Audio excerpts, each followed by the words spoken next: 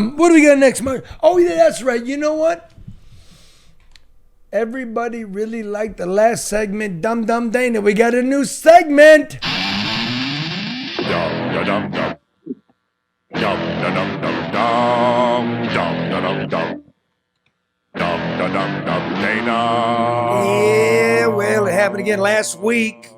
Dana Nessa suffered another devastating loss. 3 men accused of aiding and abetting in the terrorist plot to kidnap and put on a boat, take her to Wisconsin, take the Governor Whitmer to Wisconsin, try her in a barn for what were they? Treason? I don't know. Treason, yeah. What else? We're going to find out. Some right? generic, yeah. Right. Convict her and then lock her in a dog cage for 5 years. Either that or put her in a boat and let her drift around Lake Michigan. I'm not sure. We're going to find out, because with us now is Eric Molitor, one of 3 men last week that was acquitted of all these charges. He's a former Wolverine Watchmen terrorist, but he's not. Co-conspirator. Yeah. Co-conspirator. Hello, Eric, Wolverine Watchmen.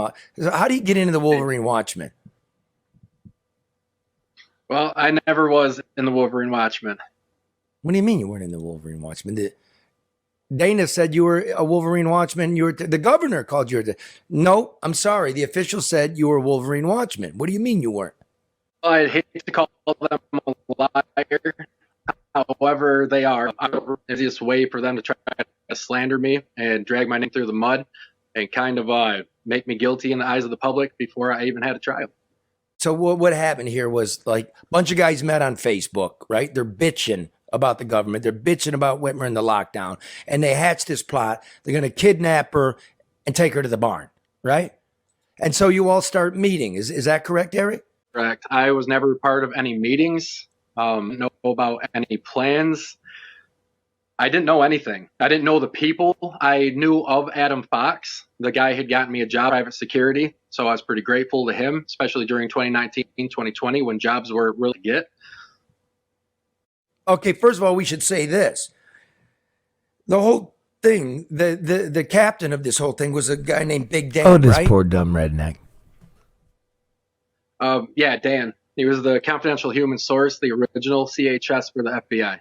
Dan Chappell, who sees chatter going on Facebook. He alerts the authorities. He's put in touch with the FBI. They put him on the payroll.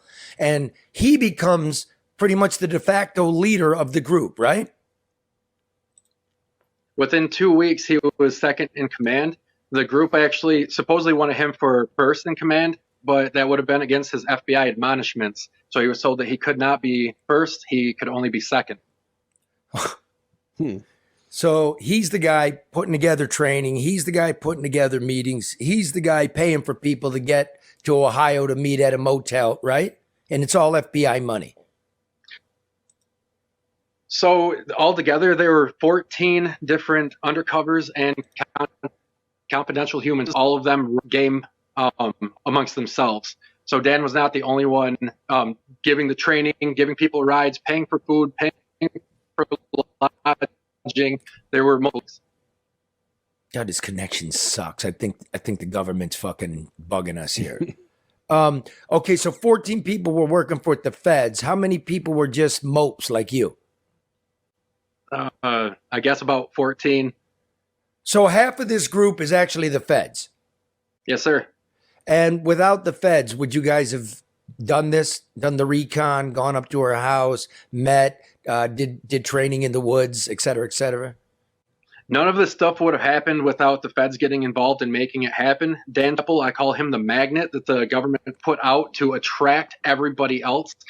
There are always, I hate saying it, but kind of dangerous elements or people that talk crazy. There's always people that do that. So why would you put somebody out there to draw them all together and then feed them plans? And like I said, they paid for traveling, lodging, all sorts. This is interstate. So this is not just within Michigan. Well, how did you get linked up with it then? If you're not one of them, how do you find yourself in a truck with an FBI informant, right? Looking at the governor's house, taking pictures. We'll get to whether or not that's intent or not. But how do you even get hooked up with them if you're not one of them? Okay, so this is going to take a little bit, man. It's going to take more than 15 minutes probably. Is that okay? No. Give me the 2-minute version. You got it. You know what I hear a lot? Charlie LeDuff newsman, I thought you were dead. I'm not dead. I'm doing the news, the real news, right here, the No BS News Hour. You can find us on YouTube, you can find us on Facebook, Odyssey, or download it wherever you get your podcasts. Power the people.